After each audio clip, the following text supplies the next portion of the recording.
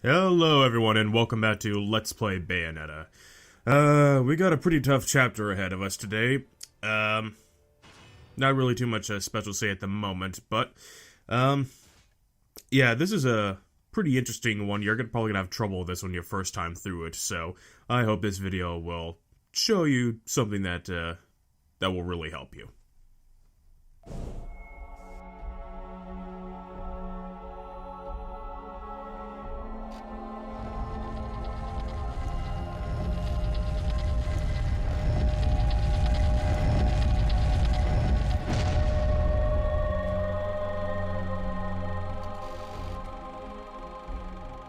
Welcome back, little one.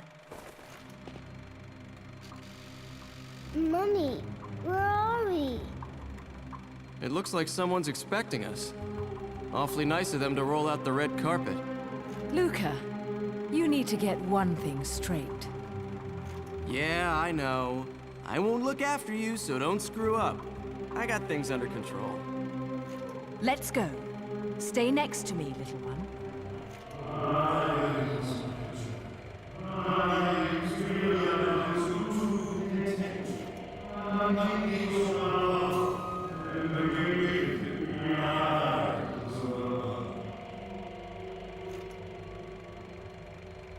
Daddy?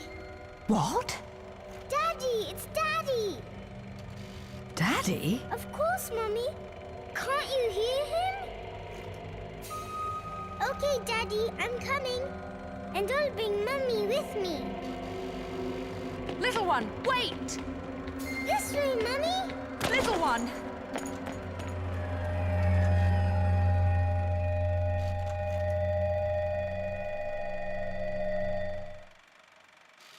Little one! Cerecita! Bayonetta! Damn it! Dad, looks like Luca's gotta take the stairs. So if you've been following, the last things that happened in the last story, you should probably get an idea who that little girl, Cereza, is at the moment. Now, at the start here, we got some statues, and, yeah, I want to show off this little trick you can do with Shuraba. I didn't show it off before. If you hold down the lock-on button, Bayonetta will start to draw a circle with Shuraba, and if you, let the circle go halfway and press the, punch button, she'll shoot out this little, like, say, sword beam, but if you let it go all the way, it shoots out this giant laser, and so I use that in order to break open the statues for this, Fairness and Fearless fight. And which is just like all the other Fairness and Fearless fights, so it's really nothing to worry about too much. It's been a while since we fought them, but yeah, that, Shuraba laser attack, because of its charge-up time, it's not very useful in the middle of combat. Like, what's that Team 4-star, like, Dragon Ball Z line? On second thought, a 3-minute charge-up time is pretty abysmal in terms of combat. Nah, kind of the same principle here. In this, chapter, we're gonna fight every single, like, say, regular enemy that was ever in the game, excluding, Irenic, the car enemies. So, just be prepared for having to fight everyone. Go over to this side, cross this gap over here. Oh, yeah. Keep in mind, this area for later, we're gonna be revisiting this place. But yeah, there's all these little pots here that, sometimes will give you a magic, purple butterflies, or a health, or a lot of concoction items. You break open the chest there, and we get another witch piece, and that gives us the second to last life upgrade. So here I was able to find another magic refill. And right up there, you're going to see it flying at the screen. There is the first crow of this chapter. So, you have to jump up here to try to get it. I missed it the first time. You have to do a triple jump here, which is a double jump and also jumping off of the wall. So, you have to do that in order to capture this one. It's one of the few times you actually have to really use it in this game. But yeah, there it is. That's a pretty tricky one. That's like one that's pretty easy to miss and everything. But yeah, as we're starting to go up here, we've got quite a few like tough battles coming up. So you're gonna see me actually going to the inventory and switching out some of the stuff that I have quite often in this video. first off, I equipped the Gaze of Despair because in the next fight, we're gonna have a somewhat simple enemy, which is just a bunch of decorations. I use the Gaze of Despair to make their health bars longer so that I get some extra combo points. But the real, I guess, the meat of your combo points is going to come from what happens next. And I immediately unequipped the Gaze of Despair, because I don't want to deal with Gaze of Despair enemies, the Gaze of Despair versions of these enemies. We have to fight 2 Ardors that are on fire. Yeah. Actually, the uppercuts are very, very good against the Ardors, so if you're able to pull that off, you probably should. Alright, I wasn't close enough to the other Ardor in order to get the Colchedra lasso sort of technique to work. And I, like, screwed up the input there, but then I finally got it, and I got him, like, say, rotating in the wrong way. So, that turned out pretty good, so I was able to, like, I don't know if you guys noticed, but yeah, using the Colchedra really, really increases the combat multiplier. I was surprised I actually didn't get hurt there. I was so close to him, like, doing those attacks, and I thought I was going to get hit because, I mean, if he's on fire and you touch him with a melee attack, then, well, you get hit from it. But as you can see there, if you knock enemies around sometimes, you will actually turn off the fire, kind of, and then, once they have, like, a moment to recover, they'll, like, reignite themselves. So using Tetsunkos and heal stomps is actually a pretty good tactic against those enemies, because actually Tetsunkos and heal stomps do a really good job of building up the multiplier. Actually, I don't know if I've mentioned that before, but like in contrast to other Wicked Weave attacks, they quite quickly build up the combat multiplier. But the thing is that they cost, you know, 2 magic orbs in order to use each time, so just showing off here that those statues do not contain any enemies. The cables are connected to this central pillar. I think this is one of the more visually interesting, at least in my opinion, one of the most visually interesting stages in the game, because there really is a lot going on here that's pretty interesting. If you go and check here, you'll find this huge industrial machine is visible. Seems to be set to do something via automation. So, you see all those, like, red containers up there with a spike through it? I'm going to tell you a bit more what that is in a little bit.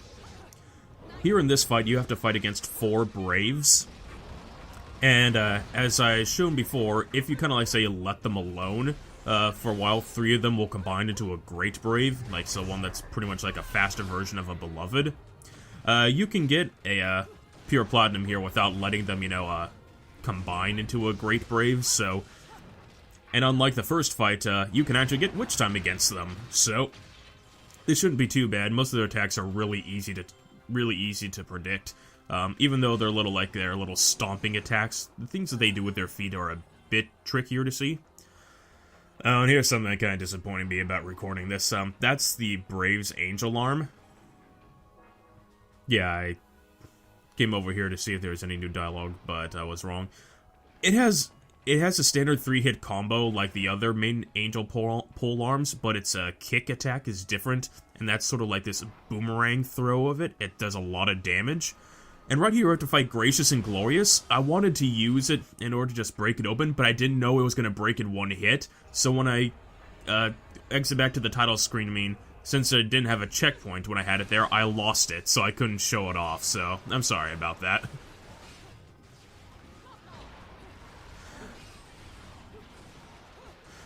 But yeah, actually, again, it's kind of like what happens with Jean. The Onyx Rose's shotguns are pretty good at, not always keeping Gracious and Glorious and hit stun, but they work more often than not. So they can be a good tool to use, and I hope I showed that off here. So I was able to get one down to half health before I could kill him with his torture attack. I was surprised that guy got all the way over there while I was fighting him. I was also pretty lucky in order to counter-attack him right here so that I could get Witch Time. So yeah, the one on the left of the door is the fire one, the Glorious, and so he's the one you can get the Fire Claws from in order to try and defeat the other one. So again, I switch out my weapons again. I think I might have...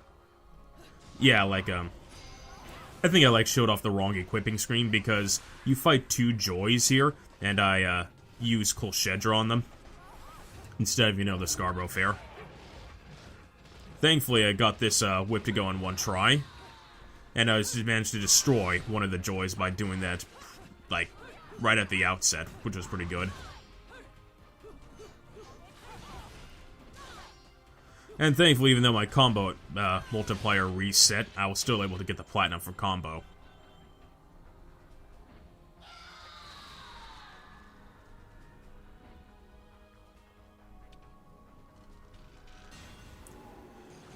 Now, looking over here to the right is basically kind of like a higher version of what you may have seen.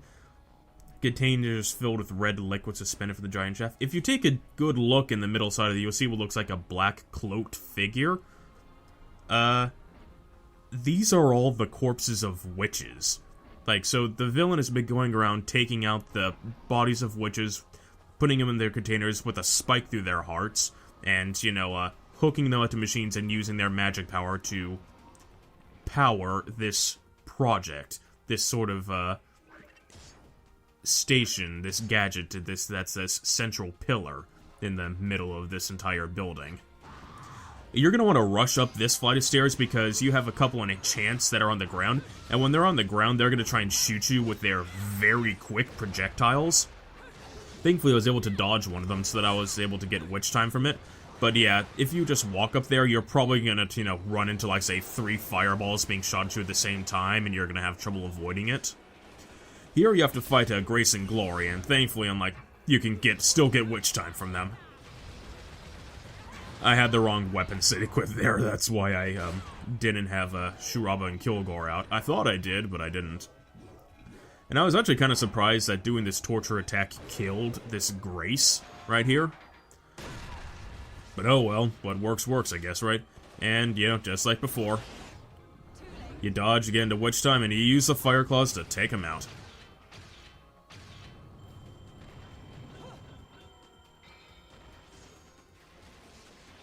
Yeah, like I said, like every single main enemy except for the Irenic car enemies that we had during the motorcycle segment. Is this... Okay, this next part up here is kind of strange. I mean, yeah, I changed my equipment a bit again. I put the Gaze of Despair on for one reason, I'll get to in a moment. Right here... Look, it's another Temperance. And he's, you know, trying to break in and shout at you and everything. We are gonna fight him, but not right here. And if you, like, stay here looking at him, he's gonna start trying to shoot out these walls and try and get you. Like, if you keep... Like, I don't think I've ever really been hit by them before, but you're gonna want to kind of, like, make it to this part of the wall right here, to this, extraverse. The enemies here, I forget if they're all on fire or not. But anyways, I want to show off here that, sometimes, based on where you are, you can kind of screw yourself over and, like, still get hit. Also, I wanted to show this part off here. I wanted to use a stripper pole spinneroonie here. I was pressing the kick button to try and, you know, activate it, but it kept pulling me over to the prone enemies and make me try to do the punish attacks against them, and it kept throwing me off, so be careful where you stand when you're trying to pull off one of those moves. It may just force you near a lying prone enemy to do that. So... Actually, what you should just do is just run straight past the Temperance and just make your way straight to the verse. This verse requires a surprisingly high combo requirement. That's why I put on the Gaze of Despair. And then, so what you're going to want to do is, this tactic, which is going to pop up a lot during this video, kill one of them with a torture attack so you can get the pole arms and do this stripper pole attack in order to kill all the rest of them. It'll build up the combat meter high enough, and that you'll get the perfect, you know, combo ranking for it. Now, immediately afterwards, I remove the Gaze of Despair. And we have a very interesting segment coming up. This next segment, if you don't know what you're doing, you are going to have the absolute worst time. I hated this part before I figured out what you can do, because the game doesn't tell you what you can do during this upcoming part. See, coming out here, looking out the Isla del Sol City. This is what we're going to use to fight Temperance, these anti-aircraft guns. So, you approach this window, which has 2 anti-aircraft guns, and the reverse begins. Pressing the shoot button near one goes here. Now, when you're in this gun, you can hold down the punch button in order to auto-fire, but you don't want to do that because it doesn't fire nearly fast enough. You have to mash the punch button, which is what I'm doing here. When you pelt him quickly enough, it makes him stagger and it prevents him from shooting all these missiles at you. But yeah, that's the first big thing that you want to do. You want to mash the punch button, not hold down the button. Eventually, after you drain enough health, he'll try to punch you, and you press the punch and kick button together and at the right time, and you'll completely avoid it. And now, during that space in between there, he'll have enough time to get out this missile attack. When you're on the anti-aircraft gun, just press the dodge button and you'll dodge as normally. You don't have to, you know, just like get off of it, then dodge. When he's trying to do that big fire wave attack, that's when I dodge off, that's when I use the Umbran portal kick, that's like its only real main use. Dodging that move is so precise that you're probably not going to get it. So when he starts using that big fire wave attack, use the Umbran portal kick, and it will give you invincibility frames. You can technically dodge that fire wave attack with the bat within. I've seen it done before, but the timing is so precise, you're probably gonna miss, and it does a shitload of damage. Okay, so I mean, that didn't look too bad, but if you don't know that mashing the punch button and that you can dodge off of the anti-aircraft guns, you're just going to be sitting there taking damage from missiles that just keep going after you. You won't know how to stagger his attacks. You won't be draining his health very quickly at all. It's going to be a long, arduous, and very painful fight, and you probably won't know what you're doing. Believe me, like, the few times I played this before, I hated doing that because I didn't know about those two things. But once you do, you can kind of make that section a cakewalk. And uh-oh, what's going on here? I'm backtracking. That could only mean one thing. Yep, we opened an Alfheim portal that spawned at the very bottom and beginning of the chapter. So for this one, I equipped the Evil Harvest Rosaries, and yeah, that's right. I think I try to switch out my weapon set here. The upcoming Alfheim, I think, is one of the most difficult in the game in order to get a really high ranking on. Which is why, as soon as you enter the Alfheim, immediately exit. Just like the Gates of Despair, the Gates of Hell, you create a save, auto-save, like a checkpoint, if you exit an Alfheim. And you're going to want to do that because if you go through all the tasks in order to actually beat this Alfheim and it's not a rank that you want, and you click, go back to title screen and reload, it's going to reload you at the previous checkpoint, which at this point is right after you beat Temperance. And you don't want to run all the way back down the stairs again. So for this fight, Witch Time is disabled, and you have to fight a whole bunch of enemies that are on fire. And remember, you can't touch enemies that are on fire with an attack, or else you get hurt. So this is my strategy. I start taunting enemies with the Evil Harvest Rosary equipped, dodge out of the way, until I'm able to torture attack one of the affinities, and then I just, take their pole, and you just start using the stripper pole Sminaroonie a whole bunch. So every time you dodge with the Evil Harvest Rosary, you get, like an extra, some magic recovery and everything. But, it can be pretty tough, this fight, because you'll probably have, taunted, aggroed enemies coming after you. It's like the enemies in this Alfheim are pretty aggressive. You've always got, like, say, an Ardor coming after you. I mean, you're gonna have to fight 2 Ardors and a bunch of affinities. But this is really, like, say, the best strategy to use. Build up enough magic so that you can torture attack an affinity, and then you just take their polearm and just do this. This Alfheim requires a really high combo, like a thing in order to get the platinum for it. So you need to do that in order to build up your combat multiplier. You need to use the stripper pole attack in order to build up your combo to at least a 9.9 and maintain that combo for at least a little bit. After you defeat all those enemies, you have to defeat, here's like a strange coincidence, 2 graces. Not a grace in glory, just 2 graces. Despite them being the fire enemies, they are thankfully not on fire, so you can actually use, regular melee attacks against them. But they're a bit more aggressive than you might think, and so I lost a couple runs to these two just by, getting hit once, unluckily and everything.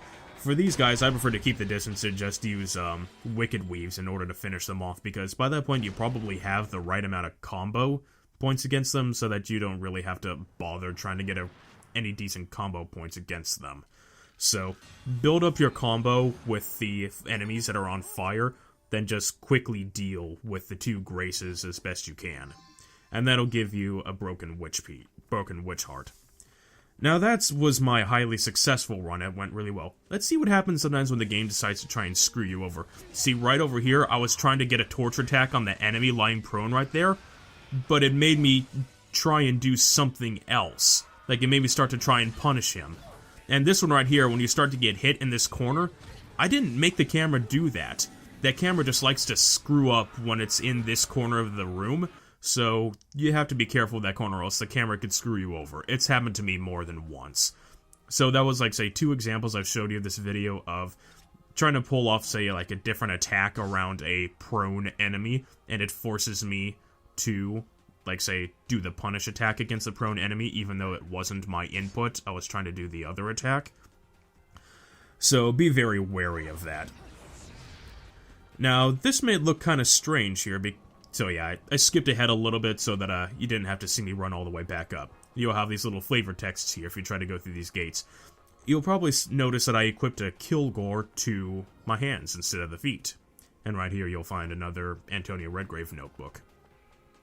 The upcoming mini-boss fight that we're going to get into is a little strange, actually, and I think equipping the Kilgore to the hands is actually a decent tactic, and I'll show you why in a little bit.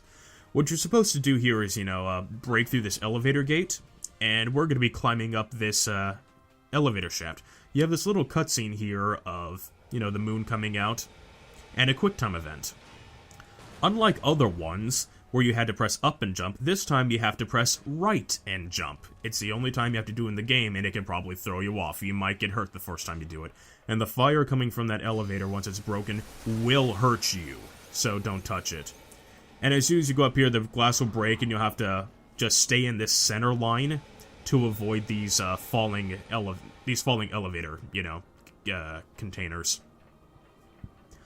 I'm going kind of slow up here because you don't want to go too far, because you're gonna get into a fight here, and you don't want to hit the, little angel wall barrier. So this is Justice, the facsimile of Justicia, and he is actually quite difficult. He will constantly attack you with the tendrils. And even though it looks like I'm sucking, the tendrils have an incredibly wide hit radius, actually, and it can be very difficult to actually avoid their attacks. Just as before, his lunging attack is the only one that can give you witch time. Whenever Justice is, smacking its head on the ground like that, that'll make Bayonetta stagger if she's standing on it, so you're going to want to keep in the air.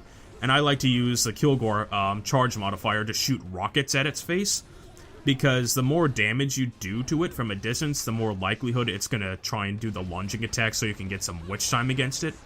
Its life bar is incredibly short, but it can be a very difficult hit because he is attacking you non-stop. And, it wouldn't look like the tendrils are that hard to avoid, but they actually are. Their hit radius is massive. It really is. If you don't know what you're doing against here, if you're not doing something that's, constantly trying to do damage to the head, you could be stuck in this fight for a long time, just constantly getting pelted and hit by everything. And even when you're running on the shaft, the tendrils are a bit more aggressive than they usually are. And if you saw those little purple-like thing there's, little things trying to fall and hit you. So, yeah, the spike balls are always coming after you, so I would actually say that this mini fight here with this Justice is actually harder than the entire Justicia fight. And I did a Tetzanko there in order to quickly get rid of the last of its health.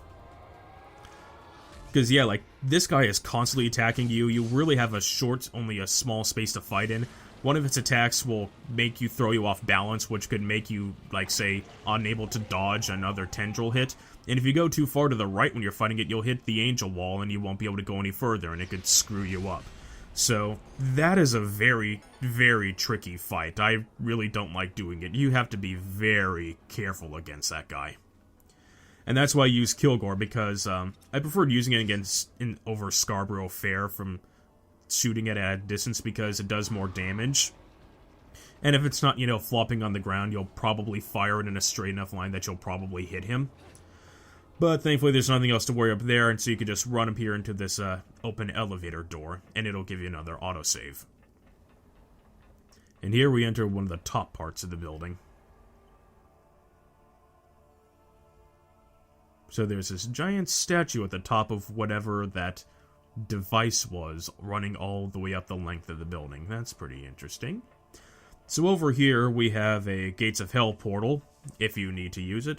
So, like, I just entered here again to make a checkpoint. I think you guys know how I am about making checkpoints now, so I'm sure that's not a surprise.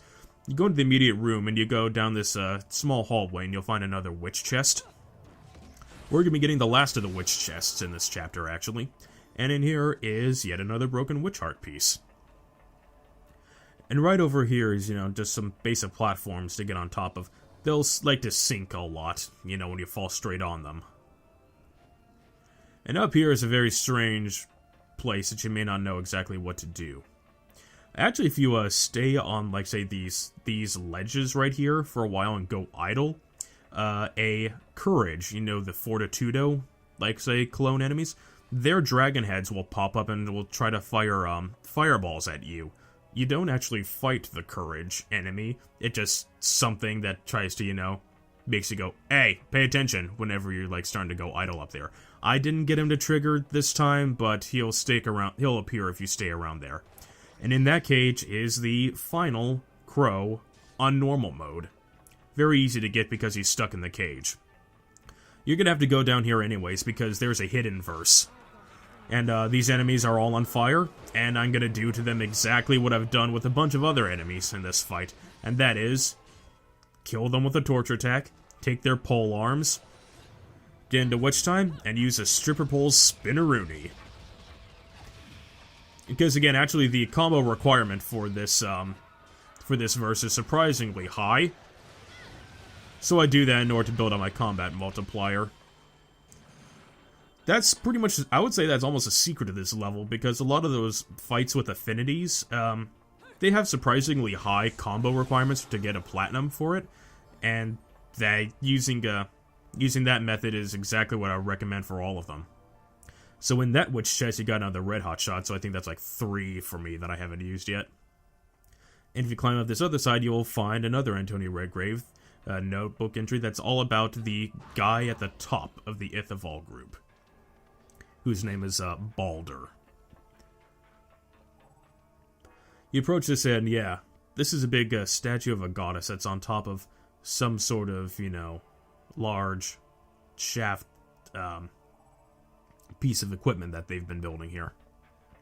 That's what we can do here right now, so you're going to have to go up this part here and get onto this weird little pole, and spin it all the way down, and you will trigger an admittedly kind of an annoying platforming segment. There's all these trading card looking things that pop up that like to disappear and go back down. Yeah, I kind of screwed something up, so you had to do it again. So each time they start glowing, that means they're going to start falling pretty soon. If you make your way up here to these larger ones, you have this extra hidden verse right here. This is a strange one, because when you're here, you have to fight these 2 affinities who are on fire. And again, as before, I tortured one of them. I don't pick up his pole arm yet, because that would be a waste. But yeah, I killed this other one as normal. Now you have to fight the other 2, because this verse isn't done yet. Which means you have to go 2 over of another series of platforms. What I like to do is to do 2 afterburner kicks into the air, then go into the crow in order to get to these. I don't recommend doing a panther jump because it doesn't give you enough height. But I find afterburner kicks give you both enough height and enough forward distance that it'll just get you the right amount of space that you need in order to go into a crow and to get here without trouble. Like I said, the platforming here is really tricky. And right here, once you go 2 over, you'll find the other 2 affinities who are on fire. So I just brought the pole arm I brought over there and just used to kill them like I normally would. So it's a pretty strange verse that you have to do there. So, like, yeah, when you're at this point, waiting for these little platforms to come up is, well, yeah, it's a waiting game. You have to see which one it is. I mean, when you turn into the crow, you slowly descend, kind of like Knuckles' glide in a bunch of the Sonic games. But it's always just like you always have to look at exactly where you have to land. And yes, if you do miss a jump on here, you will like take damage and you'll be sent back to the last platform you were on. So hopefully you don't do it in the middle of a verse. So when trying to make it up here to this extra, final ring, this is where you want to go. Now, if you make your way to this platform that doesn't have anything on the walls, this is where you want to be, because there are these floating platforms here that will take you to the last few collectibles of this chapter, and in some cases, some of the last few of the game in their respective parts. Here is the final journal entry that you can find from Antonio Redgrave. If you didn't have the achievement already, you would now, and the reason why I went over here is to show you, not just that I collected all of them, but once you collect all of them, you actually get the final one that's called To My Beloved Son. You will only get this one if you've collected all the others. So if you've been following this and you've been collecting all the ones I've shown you, the second you pick up that Ithaval CEO number 2 file, you should get the My Beloved Son entry. That'll let you know that you've collected all of them. And in here right next to it is another broken, witch heart. The second to last in the game. We only have one more left to collect. But that one won't be for about another 2 chapters. And right here, this should be the very final witch chest in the game, and it contains the last broken moon pearl. We now have a full magic bar. And again, I already have the achievement, but once you break the last witch chest, you should be getting an achievement as well. So I'm jumping all the way back down to the bottom, so I can create another checkpoint with the Gates of Hell. Because here's a quick cutaway. We have this fight with another Golem coming up. And if you screw up here and you want to start over, it doesn't create a checkpoint all that time you've spent on this platforming walls. So yeah, I screwed up here. And he also used a jumping spider form that I don't get during, my actual winning run against him. So that's why I also included that there to show off. But that was me, quitting back to the title screen, and that's where, I created a Gates of Hell checkpoint. If you didn't do that, you'd have to fight those 4 flaming affinities all over again, and you'll probably have to go and collect all those items that I just got all over again. So I jumped down there to create a checkpoint so that if I screwed up, the only thing I would have to do was just quickly make my way back up to the top again. And what you want to do is pretty much make your way to the opposite of where I was before. You want to get to this part of the walls. See those platforms over there? You want to get to this part where these elevator shafts are. You get here and then the Golem will pop up. It has some new forms that makes a previous strategy that I used against him not exactly viable anymore. He's faster, more aggressive, and has more forms like that jumping spider, and he has that it's like centipede form that's kind of similar to one of Jean's Wicked Weave attacks from when you fight her. I recommend actually generally using the Scarborough Fair to keep using charge modifiers against him, and because constantly doing damage to him is a pretty useful thing to do, because, as I said before, if you beat him up enough, his outside form will turn yellow until he breaks. The centipede, its entire body is considered an attack, so dodging it at any time will give you witch time. Once you've broken him apart and you don't kill him, he will start to come back together. Dodge out of the way and it will give you witch time again. So you've got plenty of chances for witch time against here. Like the bird won't give you any witch time, but all the other ones will. And really it's almost, with the exception of the new forms, like it's almost the exact same fight. Like, sticking close to him will not always trigger the arms, so it's not a good strategy anymore. It's probably one you're gonna screw up once or twice there. Oh, come on, guys, really? You couldn't get it right the second time? Come on. But yeah, he still has a snake, like, dragon head thing that tries to bite you, but I didn't get that to happen in this fight, but it's the same exact thing as it was in the previous fight. So, like, nothing was taken away, it's just, you know, added a few. It's like, he added the centipede form, he added the jumping spider form.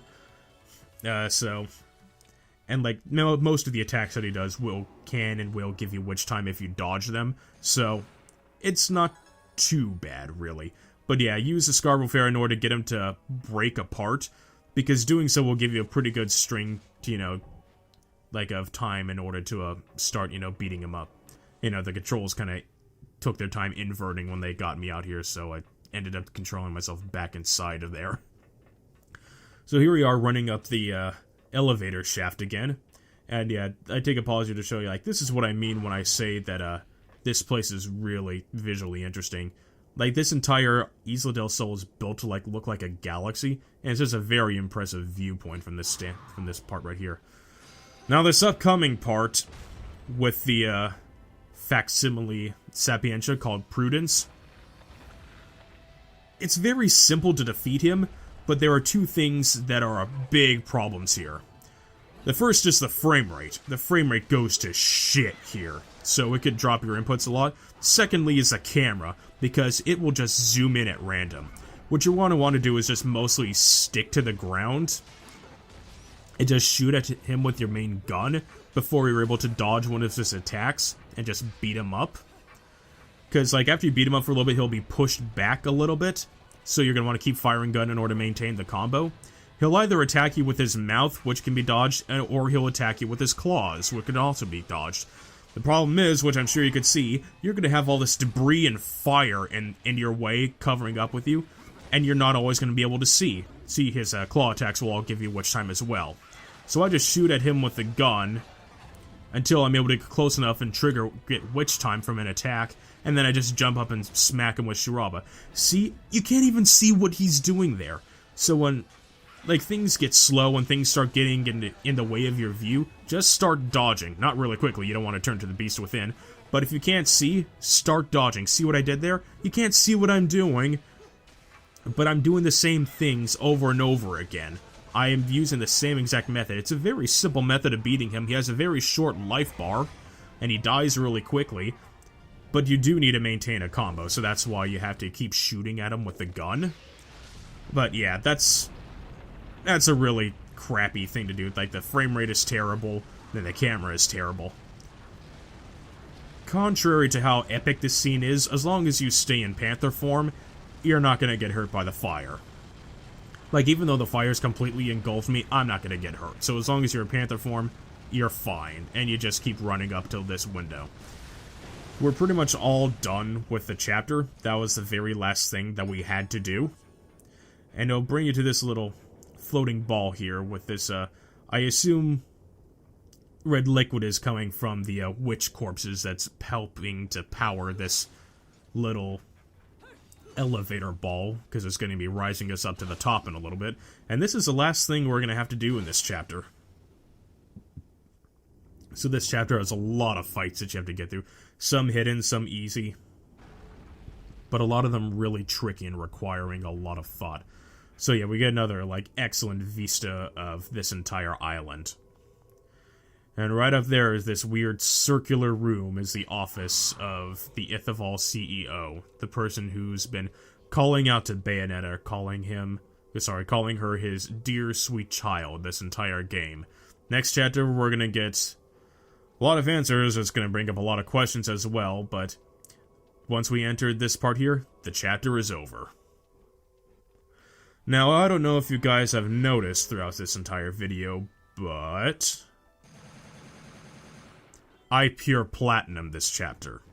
This chapter has a lot of strange, difficult things to do, so I felt it was best to show you the best that I could absolutely do in order to finish off all the enemies here. This is my first time pure platinuming this chapter, actually, on normal, so I hope you guys really appreciate that, I can show this off to you, because I'm really not that great a Bayonetta player like some other people on YouTube are.